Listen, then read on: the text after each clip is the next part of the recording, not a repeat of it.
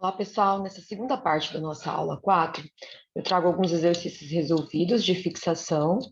Então, no nosso primeiro exercício, nós temos aí como exemplo um ponto material em movimento, que ele adquire uma velocidade que obedece à seguinte expressão. Lembrando que ela está no sistema internacional, então ela é em metros por segundo, certo? Então, eu reescrevi ela aqui. Dentro dessa constituição, nós conseguimos extrair os dados, né? Como a fórmula da equação horária do movimento, da velocidade, ela é velocidade é igual à velocidade inicial mais a aceleração vezes o tempo, ao observar isso daqui, o que a gente consegue extrair? A velocidade é o primeiro valor que se encontra sozinho, então a gente tem uma velocidade de 10 metros por segundo. O segundo valor, que acompanha sempre o tempo, é a nossa aceleração. Como ela está negativa, nós temos uma aceleração de 2 metros por segundo. E ele pede que a gente determine a velocidade no instante de 6 segundos.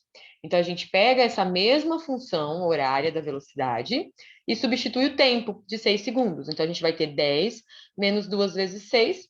Então, a gente vai ter 10 menos 12, que é igual a 2 metros por segundo, tá? No caso, menos 2 metros por segundo, tá? Por que isso? Porque representa que o nosso elemento está no sentido contrário à nossa trajetória, tá? Esse valor negativo. No próximo exemplo, deixa eu só baixar a câmera aqui. No próximo exemplo, nós temos um caminhão com velocidade de 36 km por hora e ele é freado até parar em 10 segundos, né? Então, ele freou 10 segundos, ele conseguiu parar. Quando ele para, a gente entende que a sua velocidade inicial ela é 36 km por hora e ela tendeu para uma velocidade final de zero até ele parar. Para que isso acontecesse, ele saiu de um tempo inicial de zero e um tempo final de 10 segundos. E aí, no exercício, eles pedem que a gente determine o módulo da aceleração desse caminhão durante a freada.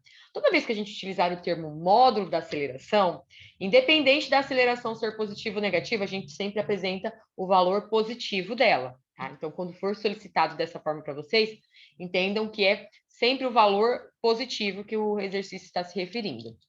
Bom, como nós temos as duas velocidades, a inicial e a final, e é o tempo também inicial e final, com isso a gente consegue calcular a aceleração, porque a aceleração ela é dada pela velocidade final menos a inicial, dividido pelo tempo final menos o tempo inicial.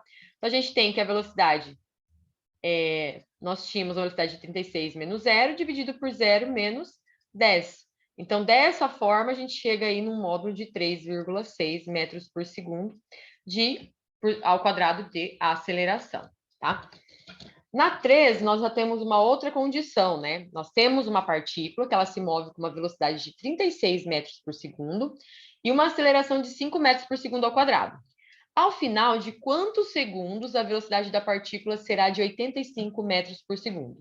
Então, a gente tem a velocidade inicial, certo? E a velocidade final. E uma aceleração, mas ele quer saber quanto tempo será necessário para chegar nessa alteração de velocidade, partindo que existe essa aceleração de 5 metros por segundo, certo?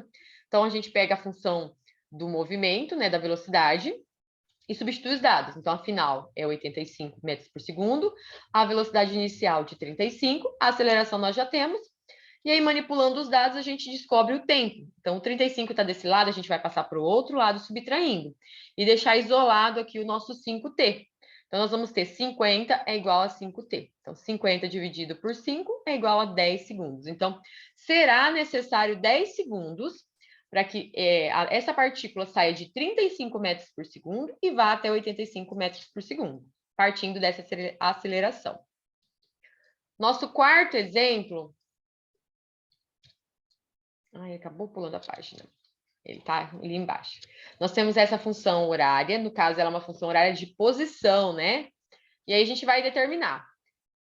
A partir dessa função horária de posição, a gente sabe que esse menos 15 é a posição inicial, esse menos 2 é a velocidade inicial, e nós temos uma aceleração que está acompanhando aqui o nosso t ao quadrado, tá? Lembram que na fórmula básica ela é dividida por 2? Como ela aqui não aparece, significa que a minha aceleração ela já está simplificada, tá? Então, se aqui ela é 1, anteriormente ela era 2. Então, a nossa aceleração aqui ela está de forma meio oculta, não pode esquecer disso, tá? Bom, pela própria formulação, se a gente tem aceleração, velocidade inicial, velocidade final, posição, aí nós temos não um movimento uniforme, nós temos um movimento uniformemente variado, tá? Qual que é a posição inicial? Menos 15 metros. A velocidade inicial, menos 2 metros por segundo. E a aceleração, né? Até deixei resolvido aqui para vocês verem.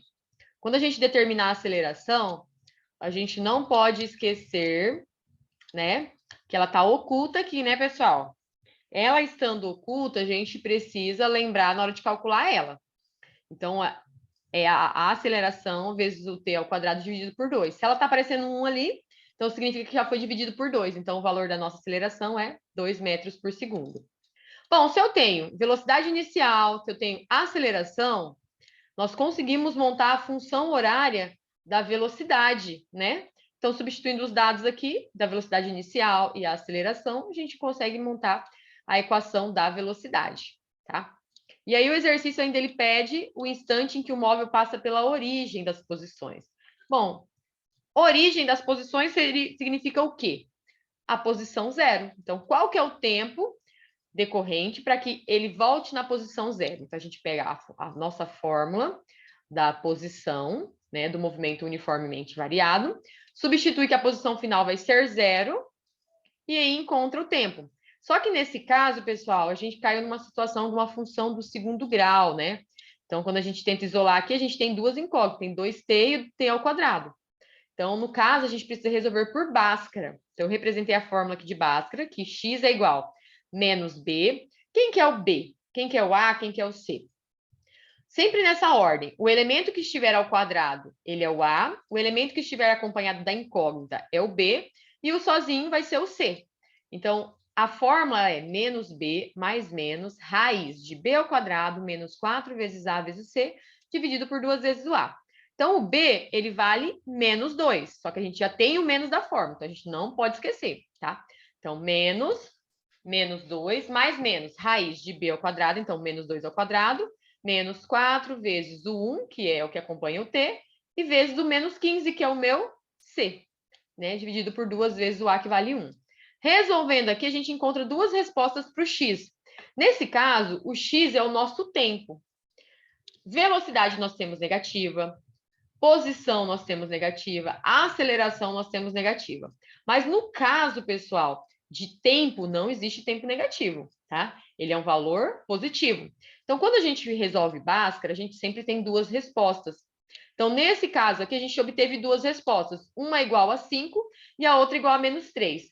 Essa menos 3 a gente descarta, porque ela é uma resposta incoerente perante a condição. Então, a única resposta válida seria no tempo de 5 segundos. Então, para o nosso objeto voltar à sua posição inicial, ele demora aí 5 segundos, beleza? Vamos aí para o próximo exemplo. No próximo exemplo, ó, um trem corre a 20 metros por segundo quando o maquinista vê um obstáculo a 50 metros. Então, ele tem uma velocidade inicial de 20 metros por segundo.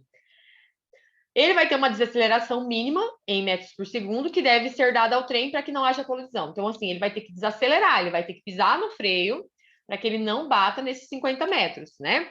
Que se encontram à frente dele. Então, qual que vai ser essa aceleração que o meu trem vai ter que passar para que ele freie e consiga parar antes dos 50 metros? Então, a gente tem uma velocidade inicial de 20 metros por segundo. Se esse trem vai ter que parar, ele tem que ter uma velocidade final de 0 metros por segundo. O trecho que ele tem aí para conseguir parar é 50 metros. Então, a gente tem dados de velocidade inicial e final, deslocamento, né, que é a variação de espaço, e a gente quer determinar a aceleração. Então, a fórmula que a gente poderia usar é essa fórmula aqui, ó, que aí ela tem exatamente, praticamente todos os dados, o único que a gente precisa encontrar é a aceleração, que é o que o exercício solicita. Então, a velocidade ao quadrado é igual a 0, a velocidade inicial é 20, a aceleração é o que nós queremos encontrar e o espaço percorrido é de 50 metros. Resolvendo aqui, ó, vou isolar o 400 para o outro lado, então a gente vai ter, ó, menos 400 igual a 100. O 100 vai passar dividindo, menos 400 dividido por 100 é igual a menos 4 metros por segundo ao quadrado. Por que esse valor deu negativo? Porque nós temos uma tendência do nosso elemento, que ele está numa velocidade positiva, e como ele vai tender a parar, ele tem que desacelerar. Então, essa desaceleração